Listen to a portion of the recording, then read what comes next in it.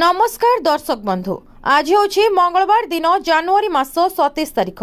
आसतु जानिबा आज संपूर्ण खबर और देश दुनिया सबु बड़ खबर उपरे नजर पकाइबा। ता पूर्व चैनल नुआ आसीथिले चैनल को सब्सक्राइब करी पाखरे आसुथिबा बेल आइकन को ऑन करी रखंतु प्रतिदिन एमिति न्यूज वीडियो सर्वप्रथमे देखिबा पई। तेबे आसतु आज गुरुत्वपूर्ण खबर गुड़िक उपरे नजर पकाइबा। आज प्रथम खबर रही राज्य में आज कमिबो शीत।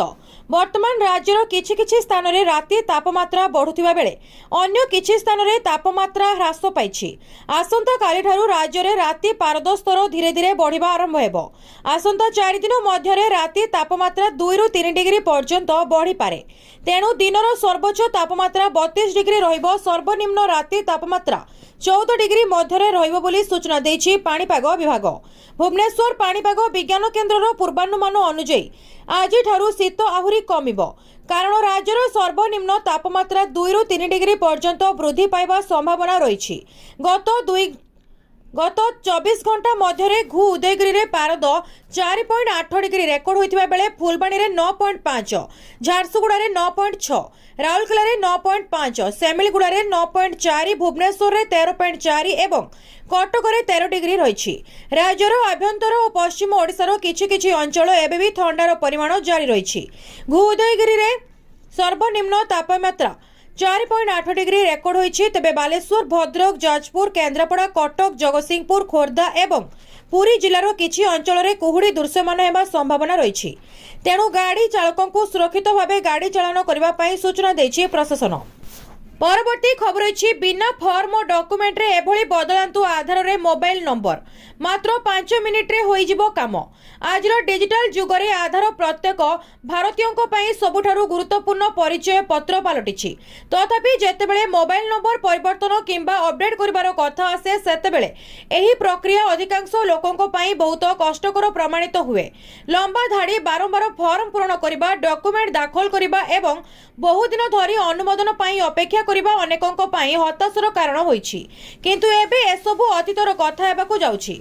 एबे आपणको पई एक बड़ आश्वस्तिजनक खबर रही। इंडियन पोस्ट पेमेंट बैंक आधार रे मोबाइल नंबर अपडेट करिबार प्रक्रिया को खूब सहज करिबा द्रुत एवं पेपरलेस कर दैछि। एही नुआ सुविधा अनुसार आपणको ना कोनोसी फॉर्म पूर्ण करिबार अछि, ना कोनोसी परिचय पत्र देबार अछि, फोटो किंबा डॉक्यूमेंट भी दरकार पड़िबनी। बास गोटे बायोमेट्रिक फिंगरप्रिंट रु आपणको नुआ मोबाइल नंबर आधार तुरंत अपडेट होई जिवो। आईपीबी एही सुविधा केवल सहर पर्यंत सीमित रखी नाही, बरं ग्रामीण अंचल पर्यंत पहुंची पारे। अर्थात आपण गाँव रे रुहंती किंबा सहर रे आधार मोबाइल नंबर अपडेट करिबा एबे किछि मिनिट रो काम। एही प्रोसेस रे सबुठारु बड़ विशेषत्व एहा जे 100% पेपरलेस। परवर्ती खबर अछि बजेट 2026 करदाता को मिलिबो आश्वस्ति जनक रिहाती। कस्टम्स ड्यूटी और टैक्स व्यवस्था रे हेबो बड़ परिवर्तन।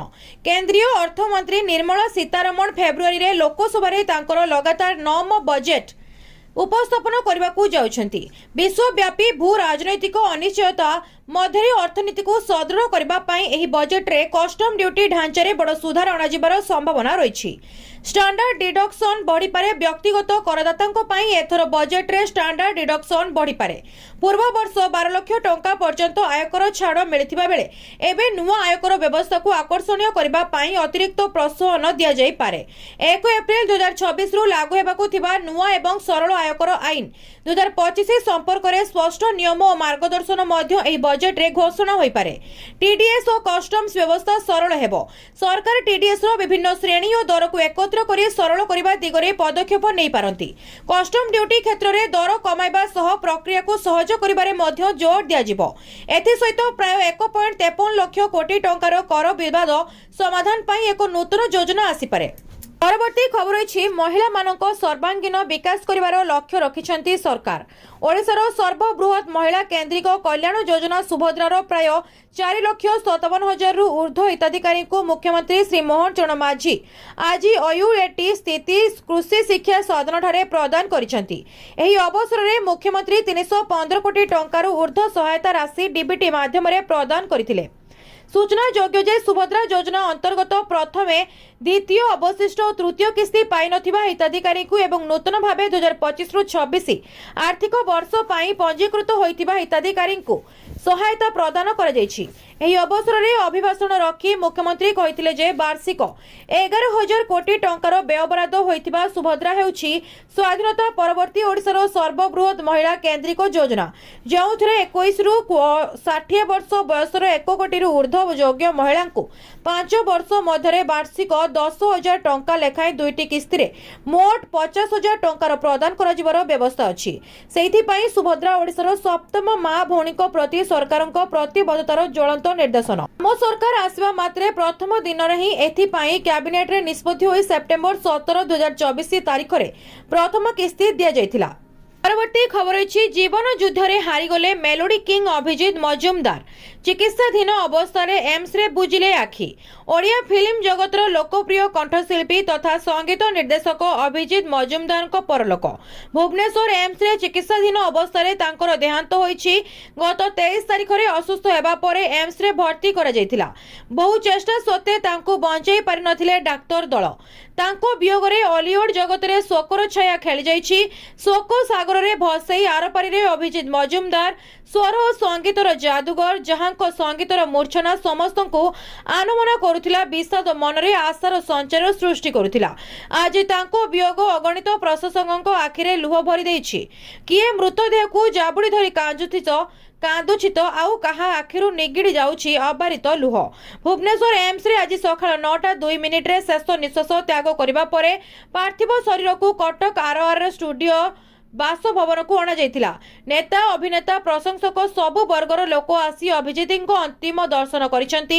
ମୁଖ୍ୟମନ୍ତ୍ରୀ ଓ ରାଜ୍ୟ ବିଜେପି ସଭାପତିଙ୍କ ସମେତ ଅନେକ ରାଜନେତାଙ୍କ ଶୋକ ପ୍ରକାଶ କରିଛନ୍ତି। ମାତ୍ର 54 ବର୍ଷ ବୟସରେ ସ୍ୱର ସଙ୍ଗୀତରେ ସାଧନାକୁ ଆଧାରରେ ଛାଡ଼ି ଆରପାରିକୁ ଚାଲି ଯାଇଛନ୍ତି ଅଭିଜିତ। ପରବର୍ତ୍ତୀ ଖବର ଅଛି 8th ପେକୁ ନେଇ ବଡ଼ ଖବର। 3 ଗୁଣା ବଢ଼ିବ କର୍ମଚାରୀଙ୍କ ଦରମା। ଫିଟମେଣ୍ଟ ଫ୍ୟାକ୍ଟର 3.25 ହେଲେ କେତେ ହେବ ଇନକ୍ରିମେଣ୍ଟ? ଏ ପୃଷ୍ଠାର ଦାବିରେ ଫେଡେରେସନ 3.25 ଫିଟମେଣ୍ଟ ଫ୍ୟାକ୍ଟର ପାଇଁ ଦାବି କରିଛି। ଯଦି ଏହା ହୁଏ ତେବେ ସରକାରୀ କର୍ମଚାରୀଙ୍କ ଦରମା କେତେ ବୃଦ୍ଧି ପାଇବ? कर्मचारी माने वार्षिक केते वृद्धि पाइबे आसंतु जानिबा। कर्मचारी महासंघ अष्टम वेतन कमिशन संपर्क में 60 पृष्ठर एक स्मारक पत्र दाखल करथिले, जेउथिरे 3.25% फिटमेंट फैक्टर एवं 5% वार्षिक वृद्धि दाबी उपरे आलोकपात कर जैथिला। जदि सरकार एही दाबी गुड़िक ग्रहण करती तेबे सरकारी कर्मचारी दरमा एक ऐतिहासिक वृद्धि घटिबो। आसंतु बुझिबा पूरा कैलकुलेशन। फिटमेंट फैक्टर हेउछि एक फॉर्मूला जहा द्वारा आपणकर नुआ मौलिक दरमा निर्णय करबा पई आपणकर वर्तमानर मौलिक दरमा को परिमाण सहित गणना कराजिबो। जदि सरकार 3.25 फिटमेंट फैक्टर रे आज रुहंती तेबे लेवल 1 रु लेवल 18 पर्यंत समस्तंकर दरमा केते हेबो बोली ताहा जानतु। लेवल 1 वर्तमान मौलिक दरमा 18,000 रु एवं 3.25 फिटमेंट फैक्टर प्रयोग करबा परे वार्षिक बेसिक दरमा 40,500 वृद्धि पाइब।